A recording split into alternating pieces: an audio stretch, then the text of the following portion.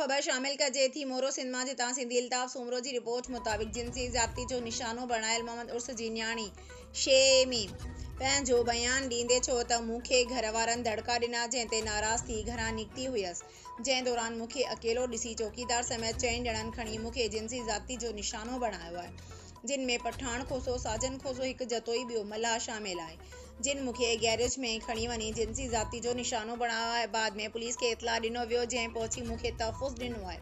मुंहिंजा वालिदैन ग़रीब ऐं मिस्किन आहिनि। असांखे इंसाफ़ ॾियारियो वञे। उन मौक़े ते मौजूद सियासी ऐं समाजी धुरियुनि पारां हर मुख़्तलिफ़ सहकार करण जी ख़ातिरी कराई ऐं मुलविस वहशी दरिंदनि जवाबदारनि खे सज़ा ॾियण ताईं साथ ॾियण जो वाइदो कयो ऐं चयो त हर प्लेटफॉर्म ते आवाज़ बुलंद कयो वेंदो। होॾां एडवोकेट गुलज़ार आलमानी पारां उर्स मस्तोई जी न्याणीअ सां थींदड़ गैंग रेप जो केस मुफ़्त में विढ़ण जो ऐलान कियो आहे ऐं संदसि जो चवणु आहे त ही सिंध जी न्याणी आहे, जंहिं सां वहशियत वारो अमल कंदड़ वहशियुनि खे सज़ा ॾियण जे लाइ हर प्लेटफॉर्म ते क़ानूनी जंग विढ़बी त जीअं ॿीहर अहिड़ा अनासर अहिड़ो क़दम खणण खां अवल 100 बार सोचनि। ही माशरे लाइ नासूर आहिनि, जिन खे सज़ा मिलणु घुर्जे।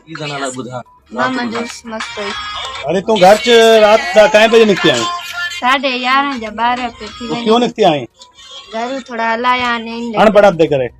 जी। अच्छा तो तो इथों निकती आई केदे पे गई?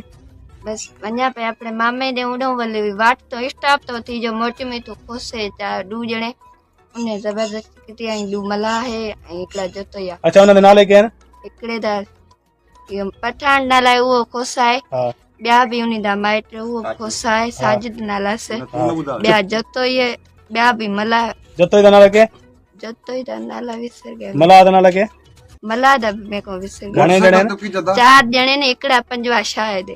अच्छा जो ते मोटरसाइकिल ते क्या जाता? जी वो मला है। मोटरसाइकिल ते केले जा गया? मैं को वापस किते तू पठान में को गिर गया जो। अच्छा ए जो तू स्कूल वाले वास्ते ते कुछ आगे वो केदरे क्यों जागे?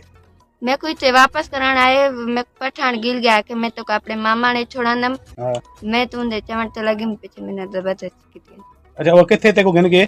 जी ते गिरेटिंग इथे बाग च स्कूल च ते को